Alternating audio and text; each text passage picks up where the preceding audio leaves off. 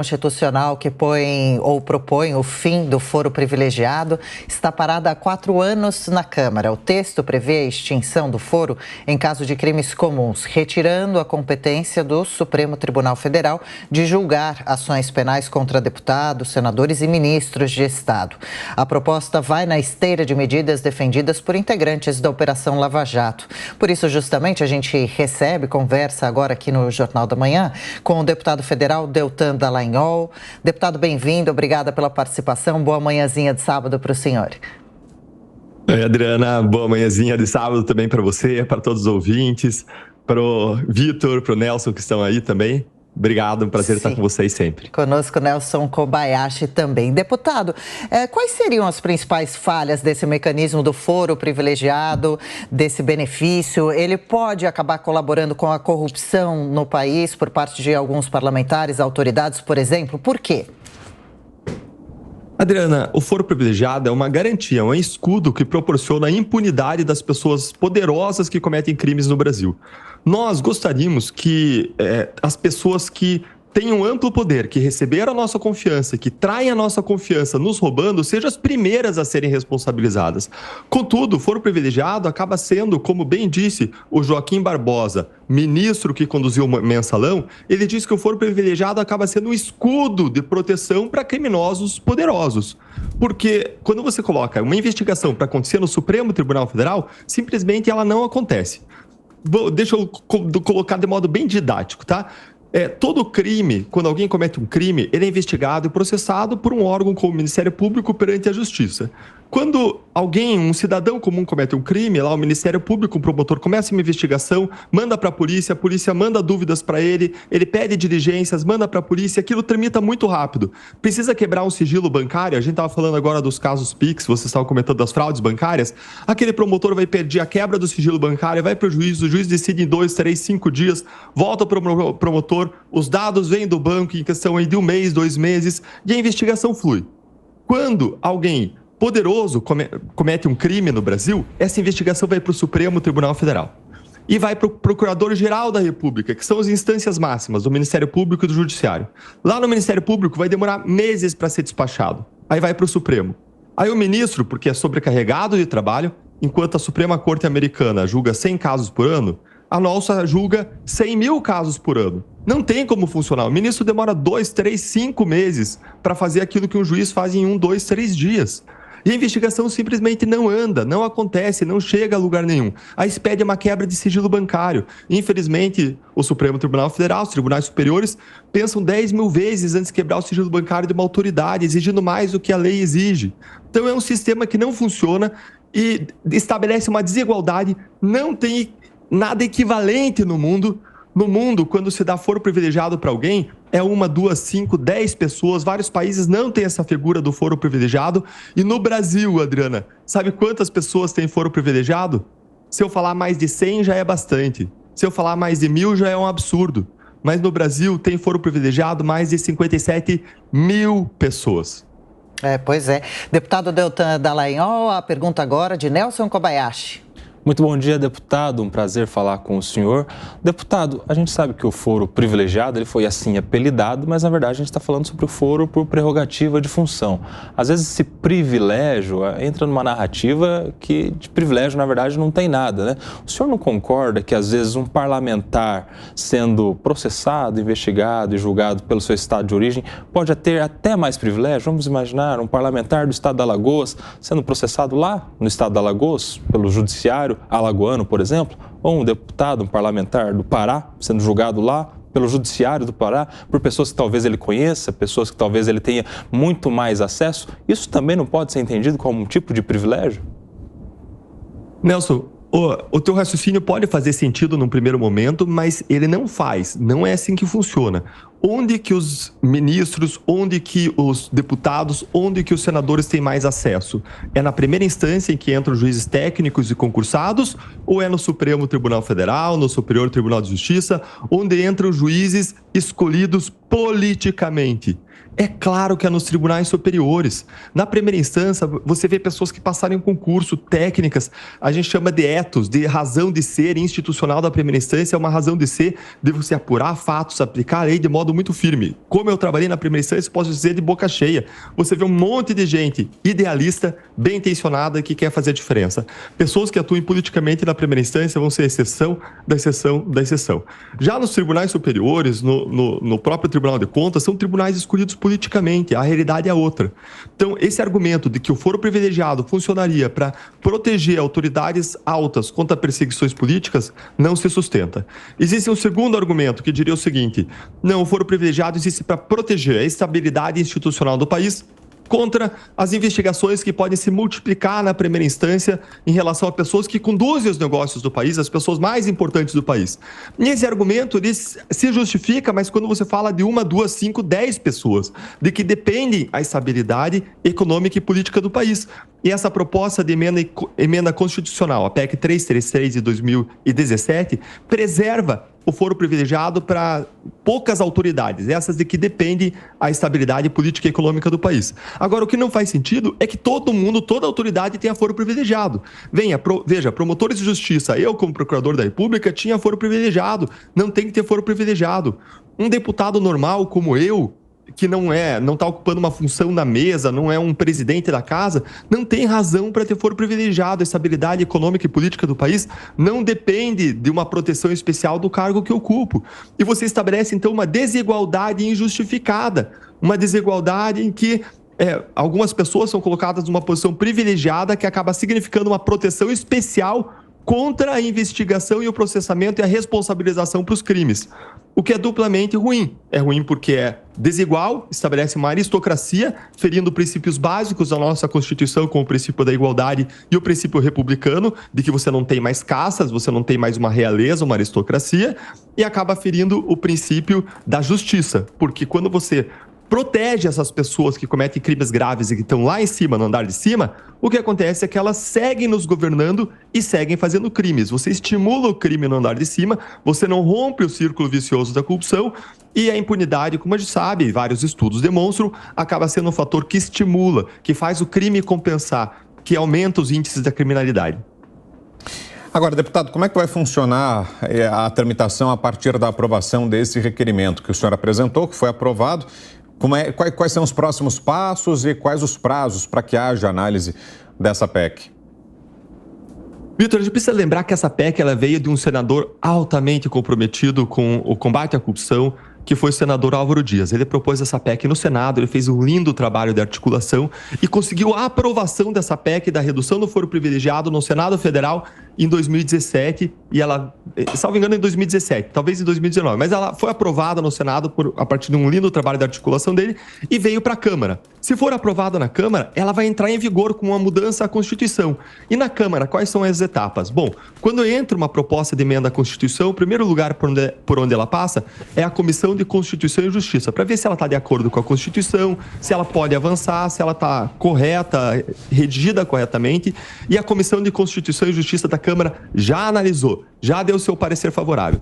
Em seguida é criada uma comissão especial, que é um órgão especial dentro da Câmara para apreciar, fazer eventuais alterações e, se for o caso, aprovar. Já foi constituída a comissão especial, já foi aprovada em comissão especial. Falta agora só votar em plenário. Só é isso que falta. Se for votado em plenário, a gente vai acabar com essa excrescência no Brasil, que é o foro privilegiado.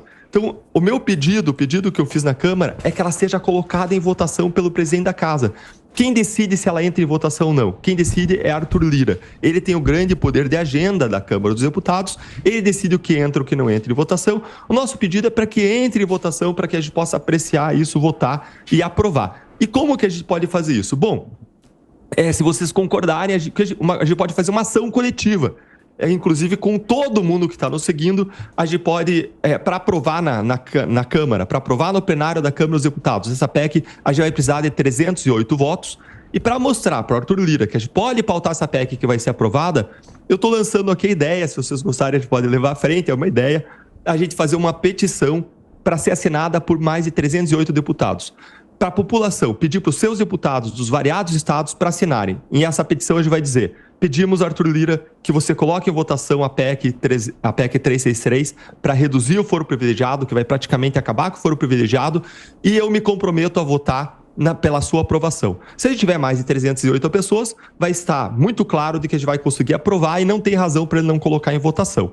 Então, fica aqui lançada a ideia. Se vocês gostarem da ideia, se vocês puderem ajudar na divulgação dessa ideia, a gente vai levar ela em frente a partir da semana que vem. Para quem nos acompanha entender melhor um pouco a proposta, a PEC propõe efeito de fim do foro privilegiado. Deputado Deltan, para quais parlamentares ou autoridades? Ela não alteraria o foro para 5 cargos, como presidente, vice, dentre outros? Isso, presidente da República, vice-presidente, presidente da Câmara dos Deputados, presidente do Senado Federal e presidente do Supremo Tribunal Federal, que é quem pauta os órgãos, é de quem depende a estabilidade econômica e política. Esses estão fora. Esses estão fora, esses vão continuar com o foro privilegiado. Veja que você está reduzindo de 57 mil pessoas para 5 pessoas. Agora a gente vai estar seguindo, se isso for aprovado, o padrão mundial. Agora, a gente vai acabar com o foro privilegiado para quem? Vai acabar com o foro privilegiado para promotor de justiça, para juiz, para algumas profissões jurídicas, delegados que têm foro privilegiado em alguns estados da federação. Você vai acabar com o foro privilegiado para deputado federal, para senador da República, para muita gente. E voltando a uma questão que o Nelson Kobayashi tinha colocado no começo, ele falou assim, não existe um risco de influência nas origens. Nelson, eu como deputado, eu prefiro ser julgado na primeira instância, porque é uma instância técnica, é uma instância em que eu posso confiar que vai fazer uma análise de fatos de modo técnico e vai aplicar a lei de modo técnico. Eu, ainda mais por ter participado da Lava Jato, não quero ser julgado por Gilmar Mendes. Eu vejo na Suprema Corte uma grande, vamos dizer assim, grande influxo político. Grande influxo político. Eu quero um julgamento técnico como deputado, como alguém que ocupa uma posição no nosso país.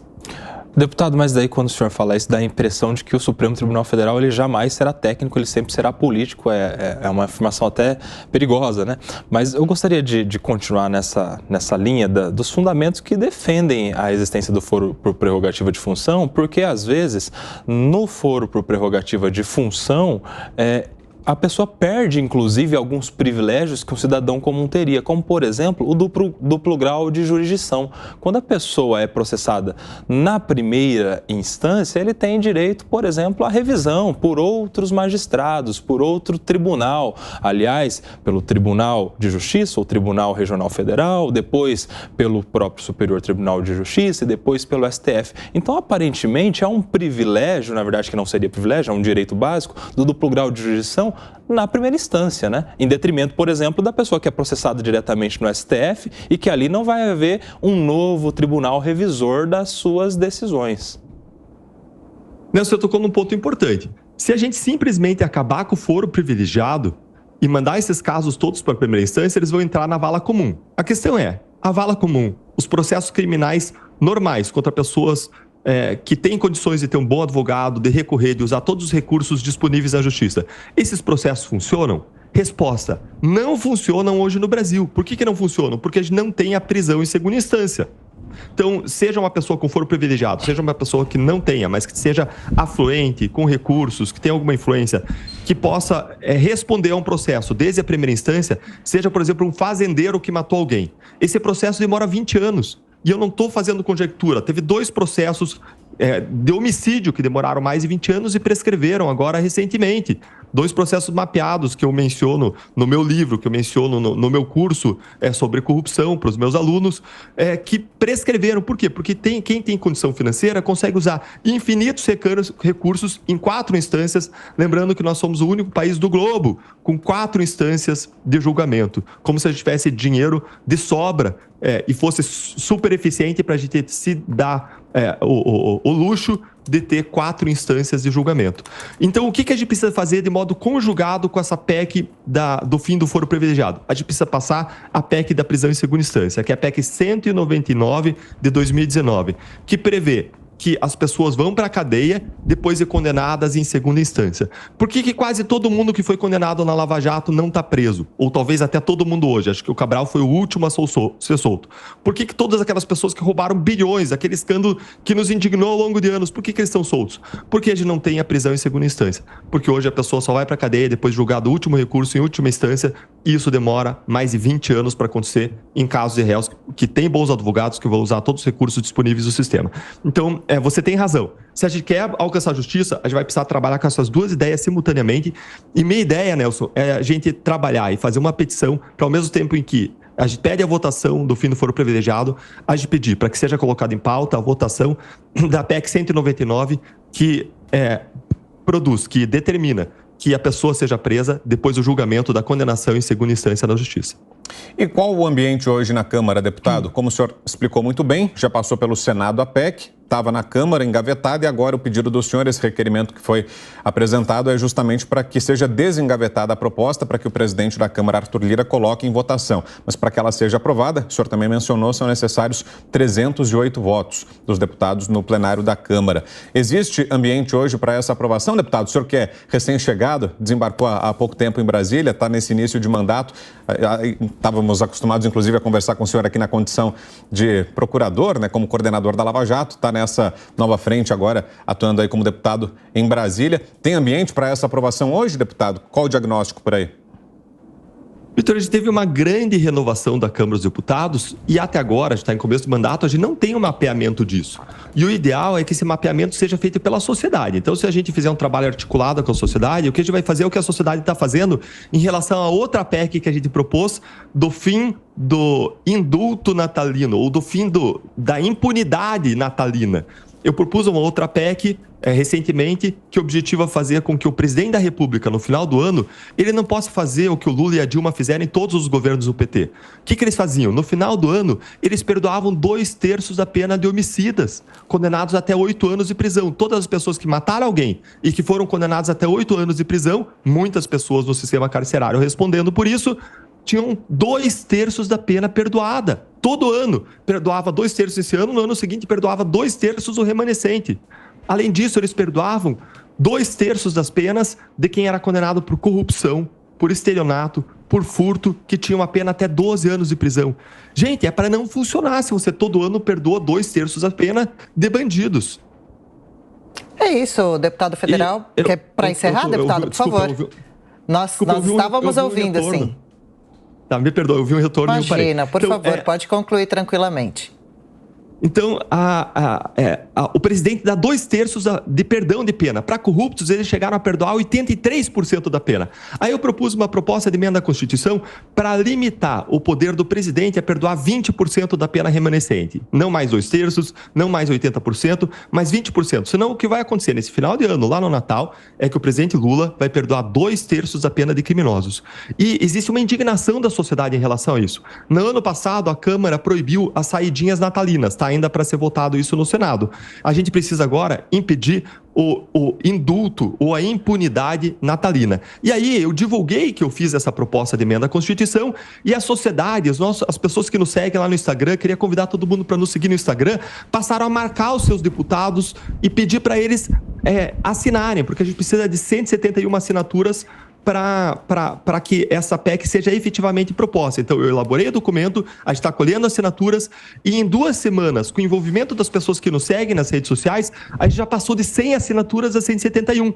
E eu acredito que a gente vai sim conseguir. Do mesmo modo, em relação à PEC do fim do foro privilegiado e a PEC da prisão em segunda instância, com essa articulação, com as pessoas que nos seguem, com as pessoas que querem se envolver, com o apoio de pessoas que são indignadas com a impunidade dos corruptos, com a impunidade dos criminosos, de ladrões, de assassinos, e eu sou um fã do Mota, que está sempre aqui com vocês na Jovem Pan, e fala exatamente isso. Com vocês, a gente pode sim fazer esse mapeamento no Congresso, chamar mais gente para assinar e avançar essas PECs para a gente mudar essas regras muito importantes, para que a gente possa ter um sistema em que a gente tenha justiça preservada, em que a gente tenha ordem, que a gente tenha rule of law, império da lei, em que a gente tem uma sociedade em que existe o respeito aos direitos das pessoas. A gente precisa proteger as vítimas e ter ordem para que, sob essa fundação de ordem, a gente possa construir progresso e cuidado com as pessoas. Bom, a gente vai acompanhar o andamento da PEC que propõe o fim do foro privilegiado. Conversamos aqui no Jornal da Manhã com o deputado federal do Podemos do Paraná, Deltan Dallagnol. Deputado, obrigada pela entrevista. Bom sábado.